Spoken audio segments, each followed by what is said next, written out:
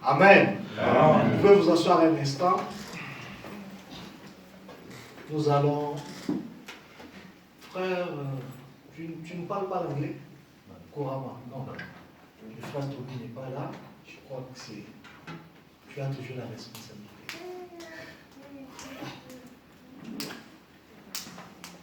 Que Dieu bénisse notre sœur. Dieu te bénisse. J'oublie les noms.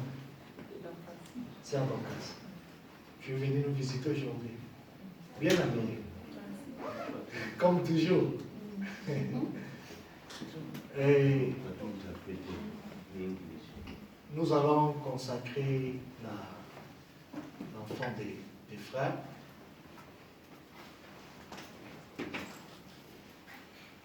So, run. Come to.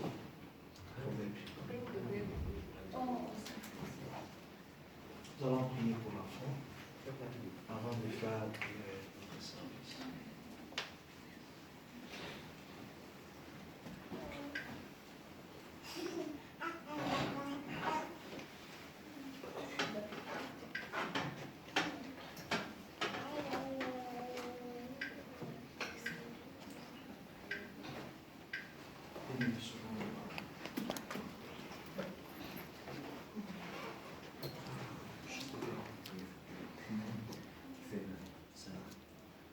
Nous allons prier pour l'enfant.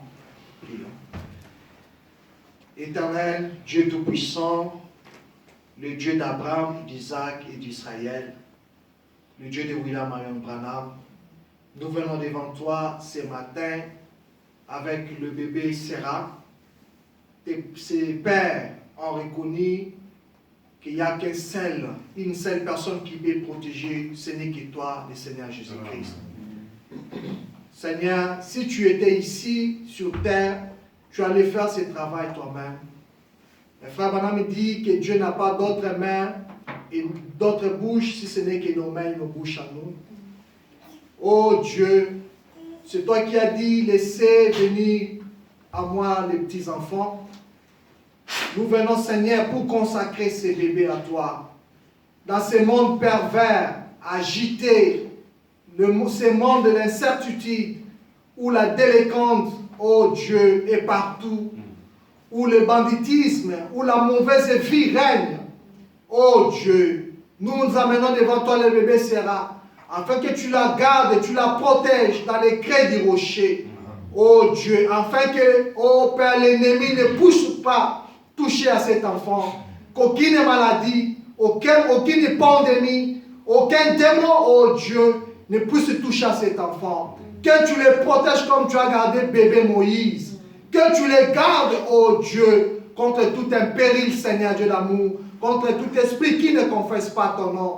Je les consacre à toi, afin que s'il y a un lendemain, Seigneur, qu'elle soit ta servante, qu'elle te serve, oh Dieu, qu'elle soit une bénédiction pour sa famille, Père, que tu puisses, oh Dieu d'amour, donner à ses parents les moyens qu'il faut pour subvenir aux besoins de cet enfant. Que sa maman, oh Dieu, soit une 5e évangile qui va protéger cet enfant, Seigneur, dans la parole de Dieu. Oh Seigneur, que tu leur donnes les moyens suffisants, matériels, financiers, afin que Dieu, que cet enfant grandisse dans de bonnes conditions, Seigneur. Nous croyons que tu l'as déjà fait, Seigneur. Accorde, Seigneur, toutes les bénédictions du ciel pour cette famille, afin que, Seigneur, tout esprit qui ne confesse pas ton nom soit loin des Seigneur Dieu d'amour. Nous nous abandonnons à toi, nous consacrons cet enfant dans les noms puissants, les noms merveilleux, les noms infaillibles de notre Seigneur et Sauveur Jésus-Christ. Nous avons ainsi prié. Amen. Amen.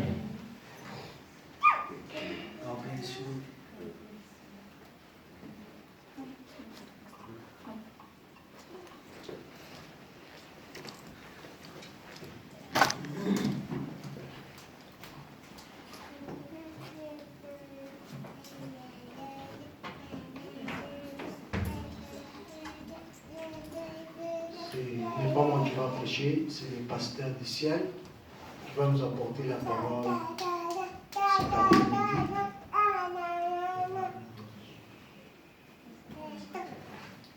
Bien-aimé, une chanson pour introduire le pasteur. Ça nous aura cette action là.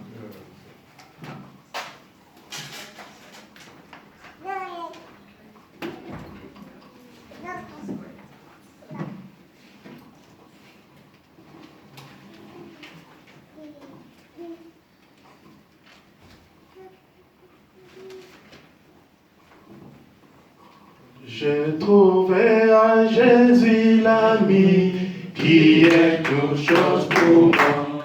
C'est le plus beau d'entre qui pour moi. Oh oui, il est l'église de la vallée et en lui je trouve la purification et ma vie. Jésus, il est mort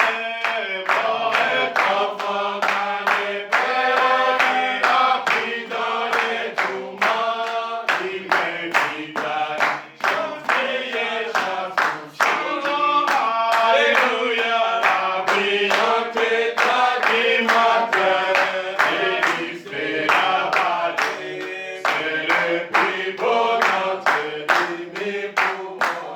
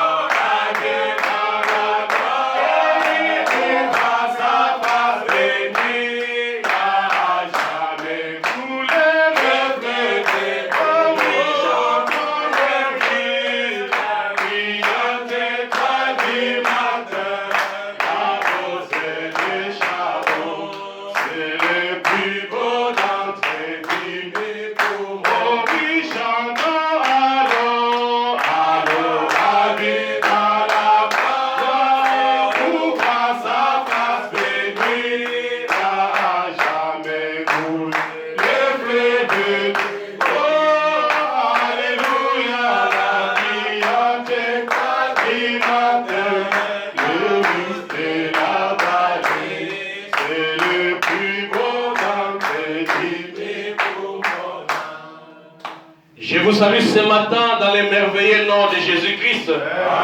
Merci et vous pouvez d'abord vous mettre. Est-ce que vous pouvez acclamer très fort pour le Seigneur? Ce matin, c'est un moment de joie et un grand privilège pour moi de me retrouver dans ce merveilleux auditoire. Et un auditoire qui est si merveilleux, des hommes bien habillés, des femmes très bien habillées, et que Dieu vous bénisse pour cela. Amen. Vous savez, l'habillement, c'est pourquoi nous sommes ici. Vous savez que l'habillement, c'est la chose pour laquelle Dieu me place dans ce lieu ici. Parce que Dieu voudrait que nous puissions tous nous habiller de la parole, n'est-ce pas? Les diacres accompagnent le pasteur dans toute la mission qui est spirituelle. Mais et les diacres qui est croyant, les diacres là qui est brebis, et les brebis hommes, et les brebis dames, toutes ces brebis là font la ceinture de sécurité du pasteur. Alléluia. Vous savez, il est toujours facile de critiquer. Il est toujours facile de dire des choses. Mais laissez-moi vous dire que la chute, le déclin d'une brebis commence quand il commence à constater que son pasteur est son égal. La chute d'une brebis commence quand il commence à trouver que le pasteur, le prédicateur est un homme normal comme lui. Est-ce que vous m'avez saisi? Le jour où vous en arrivez là, quand vous arrivez à comprendre que le pasteur est mon égal, mon frère, fais attention, tu es sur une piste ballottante. Tu es sur un terrain défavorable. Écoutez ce que la Bible dit. Nous allons lire dans Lévitique. Est-ce que vous pouvez prendre Lévitique avec moi? Non, restez d'abord assis. Je vais vous demander de vous lever. Là, c'est juste une petite introduction que nous plaçons. Aujourd'hui, le 6, c'est mon dernier, presque mon avant-dernier jour, parce que demain, je suis censé partir. Et dimanche passé, je vous avais dit que j'ai quitté mardi, 2 jours après la prédication d'aujourd'hui. Mais il s'est fait que 3 jours avant, j'ai regardé dans mon billet et j'ai constaté que je devais quitter demain. Et si je n'avais pas regardé ce billet-là, j'aurais ajourné mon voyage et ça aurait été compliqué. Alors c'est pourquoi je vous dis, m'acquitter de ces nobles devoirs. Vous savez, il y a certaines choses, comme je l'ai dit, le prédicateur n'est pas ton ami. Le pasteur n'est pas quelqu'un que l'on peut voir. On peut le voir dans plusieurs angles. Tu dors avec lui, tu te réveilles avec lui, mais à un moment, Dieu lui fait monter dans une dimension. Amen. Comme Dieu l'avait fait pour Moïse. Moïse était le frère d'Aaron. Moïse était le frère de Myriam. Moïse était l'enfant d'Israël. Mais Dieu l'avait fait élever un camp, une dimension qu'eux ne pouvaient pas atteindre. C'est comme ça que quand tu es avec un serviteur de Dieu, il y a toujours des choses que tu peux comprendre et des choses que tu ne vas pas comprendre. De ces choses que vous n'allez pas comprendre, j'aimerais m'acquitter d'un agréable devoir. Dire Dieu merci et aussi remercier un précieux frère. C'est la personne du révérend Ben que voici. Il m'a reçu sans l'avoir vu. On ne s'était jamais connus. Mais il m'a donné la confiance et que Dieu les bénisse richement. J'ai été nourri chez lui. J'ai mangé et cela m'a fait du bien. Oh non, il parle du manger. Dieu avait mangé chez Abraham. Chez Abraham, là, Dieu avait mangé. On est ça dans la Bible. Donc si moi je parle de manger chez Ben là, c'est aussi la parole. Au-delà des frères Ben, que Dieu les bénisse pour tout ça. J'ai été reçu chez la sœur Sharon, épouse de notre frère Diego. Pour eux, j'ai une parole de bénédiction, ils vont s'élever. La sœur Sharon, le frère Ben, merci, le frère Diego, merci de vous lever s'il vous plaît. Et à la lecture de ces paroles, chacun de vous va dire Amen. Parce que nous croyons aujourd'hui que Dieu, par ces messages, nous a restauré la valeur de l'Amen.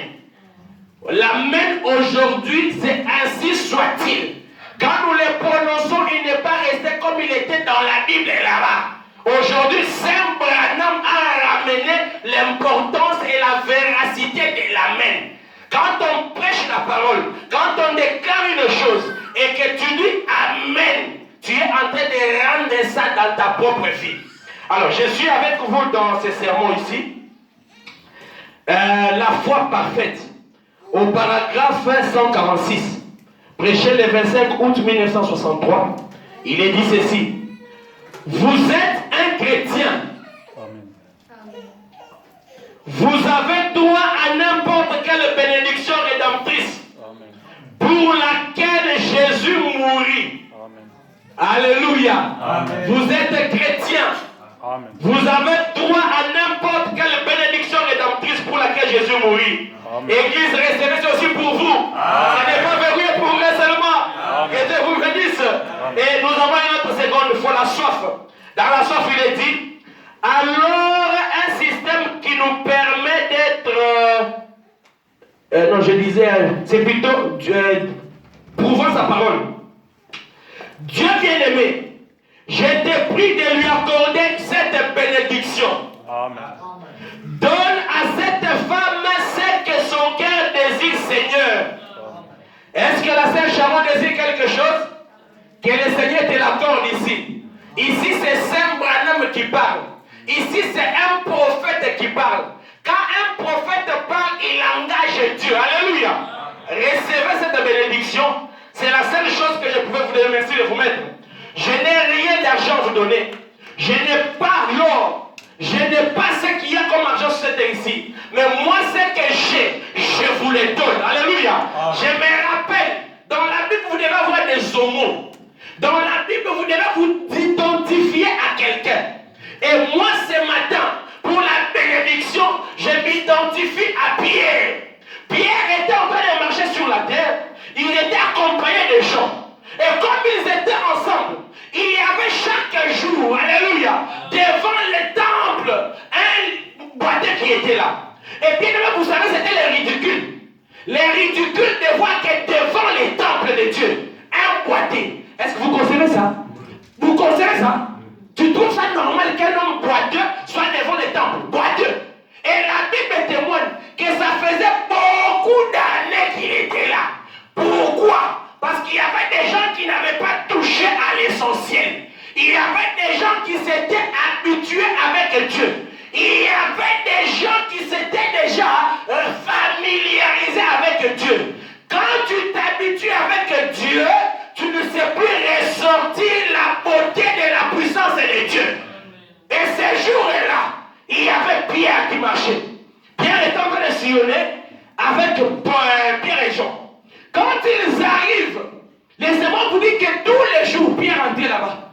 Il entrait, il sortait. Jean entrait, il sortait. Mais ce jour-là, comme Pierre avait rencontré Jésus, qu'est-ce qu'il fait? Il vient, il dit, oh, aumône s'il vous plaît. Aumône s'il vous plaît. Aumône s'il vous plaît.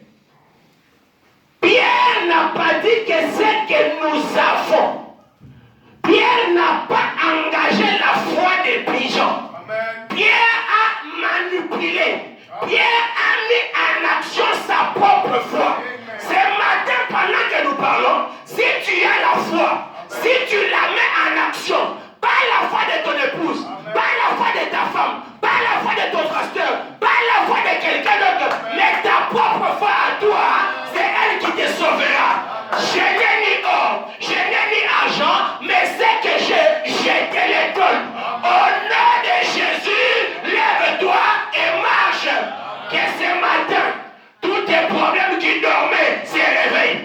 Que ce matin, je suis avec vous dans ce livre de Exode chapitre 21. Exode chapitre 20, les versets 18 et 19. Tout le peuple entendait les tonnerres et les sons de la trompette. Il voyait le flamme de la montagne fumante. À ce spectacle, le peuple tremblait et s'éteignait dans l'éloignement.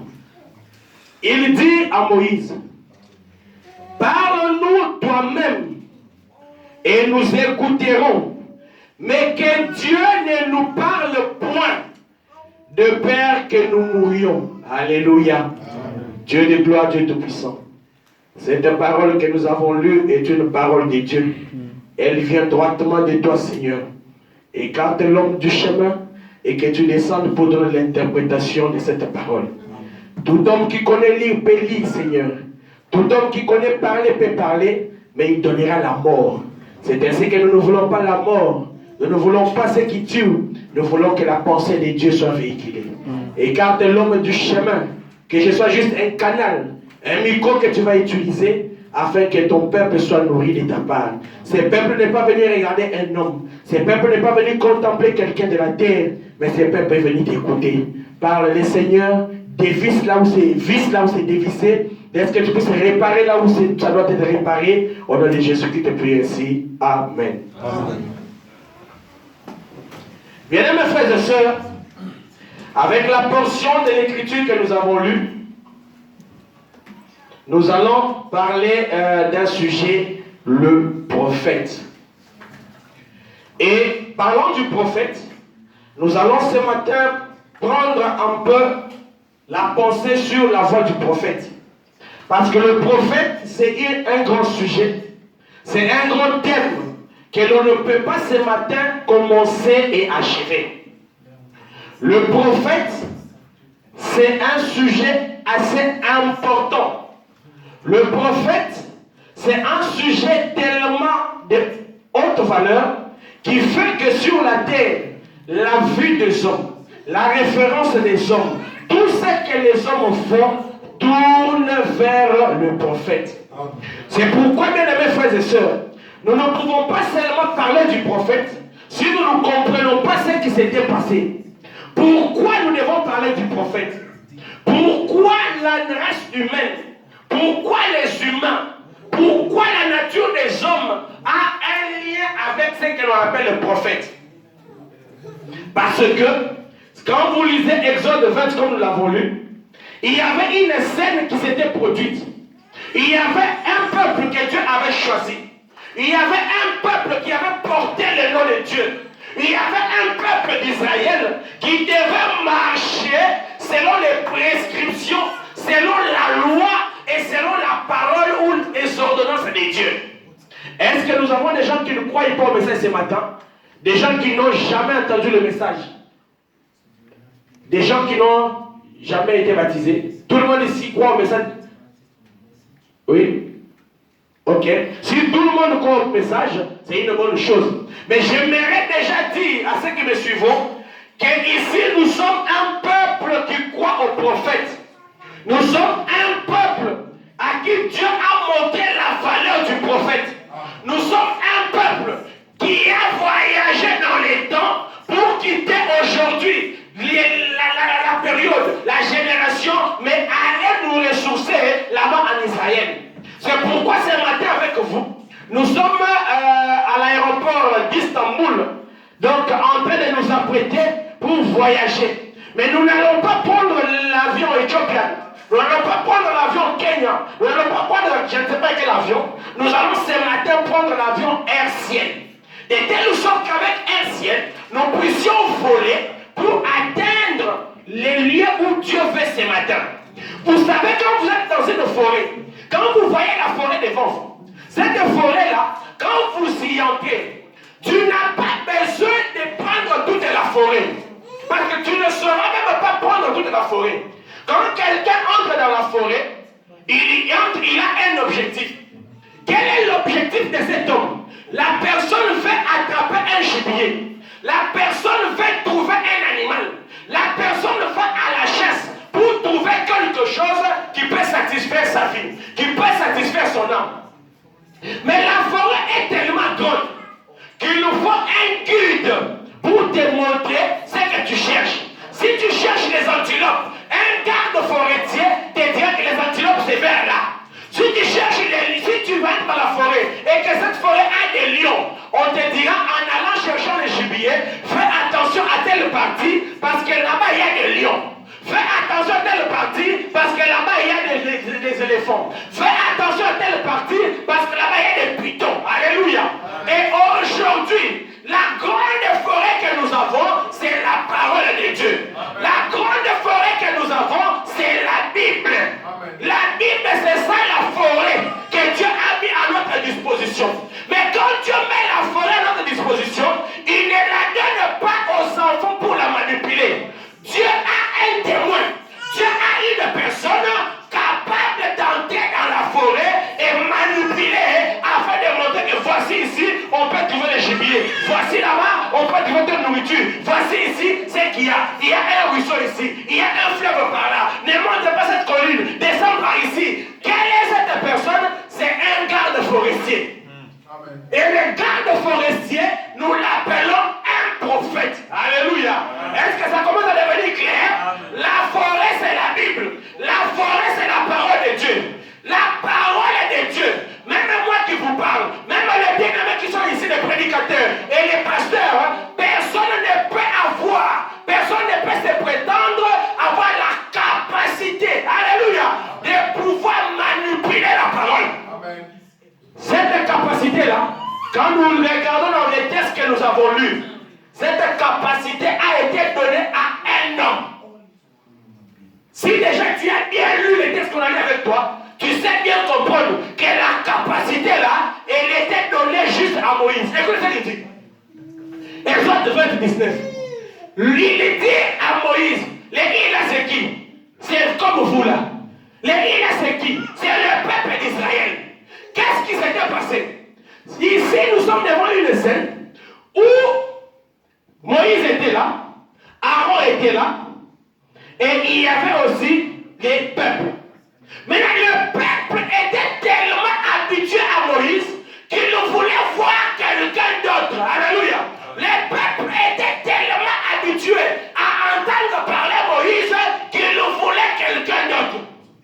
Et ce peuple a dit à Moïse, pourquoi seulement Moïse? Les murmures ont commencé. Les murmures ont commencé. Pourquoi seulement Moïse? Et c'est pourquoi je vous ai dit que les brebis ne doivent pas se critiquer entre eux. Alléluia. Ne vous critiquez pas entre vous. Je vais y revenir. Quand les murmures ont commencé, d'autres sont allés voir Aaron. D'autres sont allés voir Myriam. D'autres sont allés voir Corée. D'autres sont allés voir Dathan. Et là-bas, c'était de tumulte dans la foule. Quand ces murmures sont arrivés à Moïse, Moïse a dit, je veux voir l'Éternel. C'est Dieu qui m'a commissionné. Il n'est pas responsable d'ici par ta volonté. Il n'est pas responsable d'ici par ma volonté. Il n'est pas conducteur de toute forme parce que les gens le veulent. Amen. D'ailleurs, laissez-moi vous dire qu'un ministère, un pastorat, être pasteur, c'est la chose qui a toujours été contestée. C'est la chose qui a toujours été contestée. Et à combien de prédicateurs? À combien à combien de pasteurs? Qui pasteur va échanger? Qui pasteur a échangé? Vous n'avez pas d'ailleurs? Est-ce qu'au moins à ta porte, il n'y a pas de travail libéral à mon ça, c'est l'esprit de Sénésias. Il a dit, par où l'esprit de Dieu est sorti à moi pour aller. Vous vous rappelez, les 400 prophètes de Baal sur la montagne. Sénésias, il les a même fait de tout. Des institutions. Pour Dieu, il s'est mortifié. Pensant qu'en faisant ça, Dieu va lui montrer que voilà les ciels. Voilà l'esprit des saints. L'esprit pour aller vers les pasteurs. L'esprit pour aller au règne. Non, mon frère. Les dons et les appels sont de l'apanage du domaine de Dieu lui seul. Quand Dieu décide de commissionner quelqu'un, quand Dieu décide d'appeler quelqu'un, il est toujours seul. Moïse devant le buisson ardent. Quel est le témoin qui était là? Moïse. Seul. Faisant seul son expérience. Alléluia. Quand Élie, Samuel a écouté la voix. Il va chez Élie. Oui, je suis là. Qu'est-ce qu'il y a? Oui, Élie, tu m'as appelé. Oh, mon fils, va dormir. Il va. Samuel. Oui, prophète. Qu'est-ce qu'il y a? Oh, tu m'as appelé. Mon fils va dormir. Pendant qu'il rentre, alléluia, il faut toujours un vétéran. Il faut toujours un prophète pour te montrer la voie à suivre. C'est ainsi que ce matin, nous parlons de la voie du prophète. Alléluia. Ce matin ici, nous sommes en train de parler de la pensée que Dieu a transmise au prophète. Le prophète dit, Samuel, attends. Si tu écoutes encore cette voix t'appeler, dis Seigneur, me voici. Et il va te commissionner. Parce que je suis toujours de ceux qui croient. Comme les saints Branham. Est-ce scandalisé quand il dit ça, non? Non. Vous êtes désolé, non? Oui, oui. La parole a été écrite aux saints qui sont à Éphèse, écrite aux saints qui sont à Smyrne, écrite aux saints qui sont jusqu'à la fin, qui sont où? À la Odyssée. Toi, tu ne fais pas partie de ces saints là. Vous êtes des saints ici. Vous êtes là. Tu es déjà perfectionné. Et ça, quand nous prêchons comme ça, tu es en train d'écouter ton nom et tu t'identifies à cela.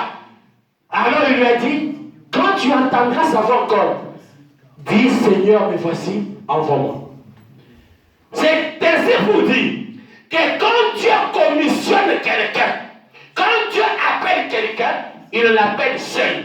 C'était pour ainsi conclure que ce que Corée, Dathan et les enfants d'Israël faisaient par le murmure, c'était en dehors de la parole de Dieu. Les murmures ne sont pas dans la parole de Dieu. Dans une église comme celle-ci, dans un troupeau comme celui-ci, quand il y a des problèmes, les problèmes des enfants de Dieu se résolvent par la parole. Et Dieu a établi Matthieu 18 pour cela. Quand tu as vu ton frère dans le péché, va le voir, parle avec lui. Et la Bible te donne une procédure. Pas une fois. Combien de fois, Malamoko, frère, tu n'as pas fait la procédure? La procédure te demande d'aller le voir. Quand il ne t'écoute pas, il dit quoi? Associer quelqu'un d'autre. Quand il ne t'écoute pas, porter cela. Alléluia. Mais toi aujourd'hui, quelle est cette église qui aujourd'hui ne fait que colporter, ne fait que propager du mal? Ça c'est contre la parole et tu es loin de la bénédiction. Et en ce cas-là, même si tu t'habilles bien, et même si tu as des cravates, même si tu as des chemises, tu es loin de la parole. Ce n'est pas cette bénédiction-là. La bénédiction qui se reflète dans le physique, c'est la bénédiction où tu es identifié à la parole. Et quand Moïse a regardé, Moïse a dit, je vais voir l'Éternel. C'est lui qui m'a commissionné, et ce que je vais faire, je vais le voir. Moïse va y voir l'Éternel. L'Éternel lui dit, je n'ai pas de problème. Moïse, je t'aime tellement que tu dois t'écarter du chemin. Laisse ce peuple-là venir. Qu'ils se sanctifient. Et ils sont allés, Moïse a donné. Mon frère, même si tu t'es sanctifié 20 000 fois, du premier au 30, tu n'atteindras jamais le niveau d'un prophète. Jamais, jamais. Un prophète est inégalable. Un prophète ne se compare pas à un individu. Un prophète, c'est le Dieu le juge. Alléluia. C'est un prophète qui a la capacité de pénétrer la pensée de Dieu. Quand vous allez dans l'original, le prophète dit que là-bas, un prophète, Dieu l'enlève. Il l'amène dans les dimensions célestes. Il commence à regarder. Qu'est-ce qu'il faut pour cette génération? Nous sommes où? Éphèse, pas Éphèse. Nous sommes où? Pas Smyrne. Nous sommes où? Ah, nous sommes à la Odyssée. Ah oui, ça c'est pour la Odyssée. Ah oui, ça c'est pour mon époque. Et il ramène ça sur la terre. Quand il ramène ça, ça fait la parole de Dieu. Tout ce que Moïse avait dit. Montre-moi quelle est la parole qu'on avait soustrait dans la Bible de Moïse. Rien. Tout ce que Moïse avait dit. Montre-moi ce qu'on avait soustrait. Rien. Oh non, ça c'était lui. Ici c'est papa. Tout ce qu'un prophète dit, même si tu ne comprends pas, alléluia, avale d'abord. Nous sommes les Indiens. Un Indien et les sabots, et la tête, et les poils, tout, il avale, il met la main dedans. Et c'est là-bas là que ça va se compacter. L'estomac est unique. Il n'y a qu'un seul estomac. Moi j'ai fait mon travail avec la bouche. La bouche a mangé, la bouche a avalé. Moi j'ai cru. Et la suite est là. Dieu sait. Amen. Quand Saint Abraham est allé sur la montagne, Dieu l'a envoyé. Dites-moi ce qu'il avait cherché à faire comprendre aux hommes. Sarah lui pose la question. Chérie, où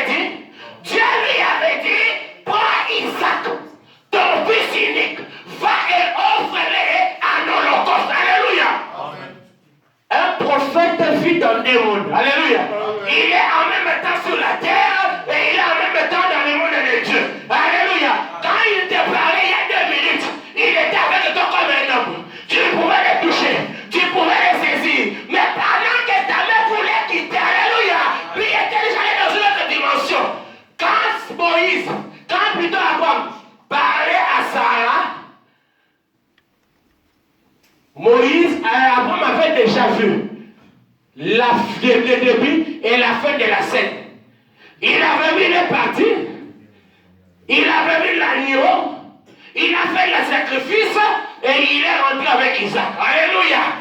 Un prophète n'est pas ton ami. Est-ce que ici je prêche un homme? Est-ce que je prêche un homme? Abraham c'est un homme.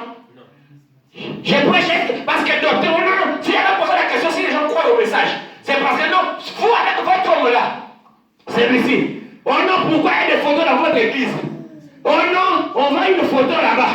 Frère, laisse-moi te dire que si la NASA, si la science, si la civilisation, à l'époque de Moïse, à l'époque de Paul, à l'époque d'Abraham, avait atteint ce niveau ici, on aurait eu des photos d'Abraham, on aurait eu des photos de Moïse, on aurait eu des photos de la colonne de feu avec Paul. Non, non, vous croyez à un homme. Oui, je crois à un homme. L'homme en qui je crois s'appelle Jésus-Christ. Je crois à un homme. Jésus est un homme ou bébé. C'est un esprit. Christ, c'est l'option qui avait habité en lui. C'est tout Dieu qui avait habité en lui. Alléluia. Alléluia. Mais Jésus, c'est un homme. On pouvait le toucher. On pouvait manger avec lui. Il pouvait monter à la croix. Je crois à un homme. Mon Seigneur est un homme. Mon Dieu est un homme. C'est pourquoi le christianisme, c'est un être vivant dans les hommes. Amen. Amen. Le christianisme, c'est un être qui vit. Alléluia. Il vit dans tes pantalons que tu portes. Il vit dans ta coiffure. Il vit dans ta cravate. Il y a des cravates, même si ce sont des cravates qu'on vend, tu ne peux pas acheter. Une cravate courte comme ça là. Tu es la frère bien-aimé, ah, que Dieu te bénisse. Oh, précieux frère. On regarde comme ça, une cravate courte là. Tu veux me demander une citation, un verset, il n'y en a pas. Il n'y en a pas. Mais le Saint-Esprit, alléluia, vous guidera dans toute la vérité. Alléluia. Dis-moi quelle est la vérité dans laquelle un homme responsable, un frère, va porter une cravate toute courte là. Demande-moi quoi la citation pour cet homme-là qui a, je ne sais pas, on appelle ça taille basse. Frère, il va à l'église en taille basse. Alléluia. Ça, le prophète est venu couper. Il est venu dépiécer ça. Quand nous croyons à la parole, c'est pour la restauration. Moi, je n'ai pas vu Abraham s'habiller. Je n'ai pas vu Paul s'habiller. Je n'ai pas vu les saints s'habiller. Mais par l'Esprit du Seigneur, je sais comprendre qu'ils étaient correctement habillés. Amen. Paul le décrit très bien. J'aimerais que les femmes soient vêtues de manière ample, de manière décente. Maintenant, ta jupe longue là, elle est longue, c'est bien, nous l'aimons, nous apprécions. Mais quand tu marches, est-ce que tu sais bien être libre ou on se voit derrière toi là-bas? Quand tu vas marcher, le prophète, quand tu reviens, il amène la restauration, le retour de la colonne de feu. Aujourd'hui, nous sommes dans un exode, et c'est le troisième exode. Il y a eu un premier, il y a eu un deuxième, et c'est le troisième aujourd'hui. Le premier, c'était avec Moïse lui-même. Alléluia. Moïse était sorti, il a marché. Le deuxième, c'était avec Jésus. Et le troisième, la colonne de feu est retournée avec le prophète du temps de la fin. C'est lui l'initiateur. C'est lui qui a inauguré ce voyage ici qu'on appelle troisième exode. Amen. Amen. Et il y a des conditions pour avoir un exode. Il y en a trois. Pour qu'il y ait un exode, vous devez avoir l'agneau. Alléluia. Pour qu'il y ait un exode, vous devez avoir la colonne de feu. Et pour qu'il y ait un exode, un troisième élément, si cet élément-là ne manque, même s'il y a l'agneau, même s'il y a la colonne de feu, si cet élément-là manque, pas d'exode. Donnez notre nom. Je ne sais pas si c'est mission, tourisme, donnez ça comme ça. Pour que ça soit un exode, dans le plan que Dieu avait dessiné, il faut qu'on ait le prophète. C'est le troisième élément qui remplit les personnes. Pas de prophète, pas d'exode. Pas d'agneau, pas d'exode. Pas de colonne de feu, pas d'exode. Nous sommes heureux aujourd'hui d'avoir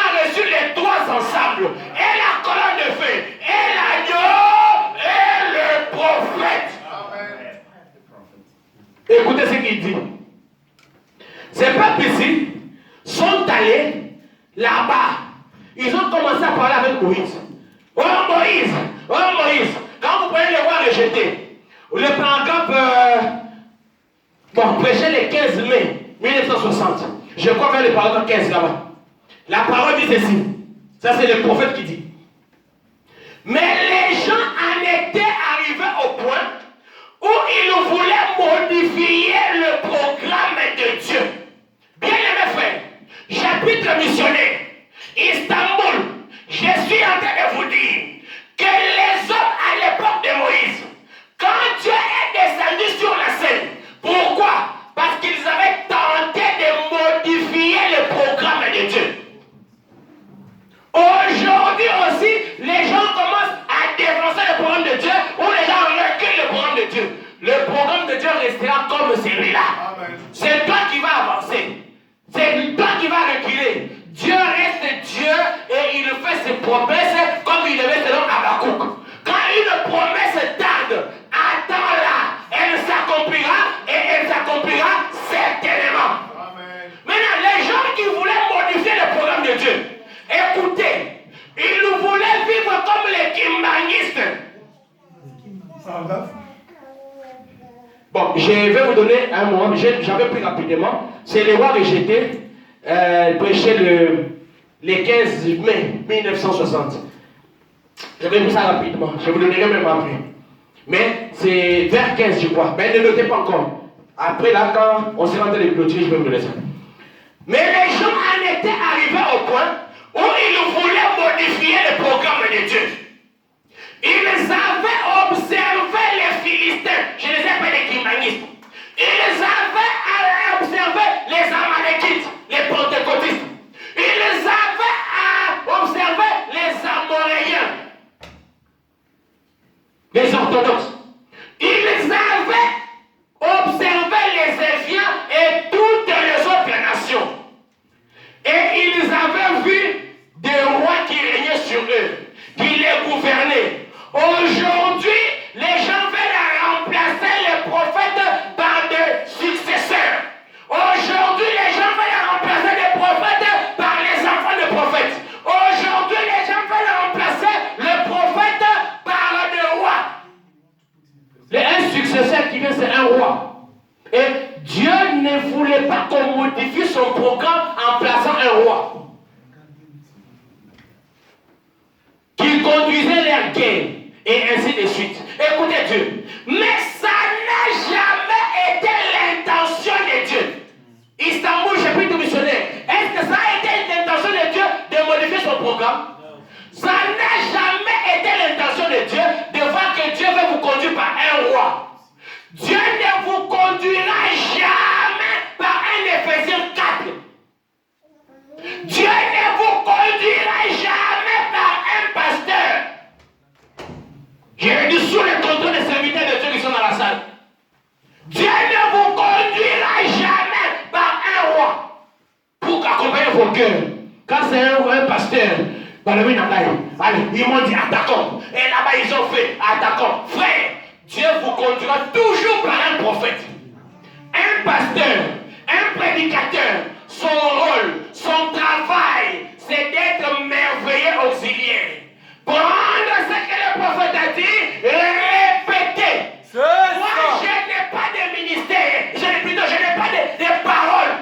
Moi, j'ai juste un ministère qui me permet de prendre et répéter mot à mot. C'est ça.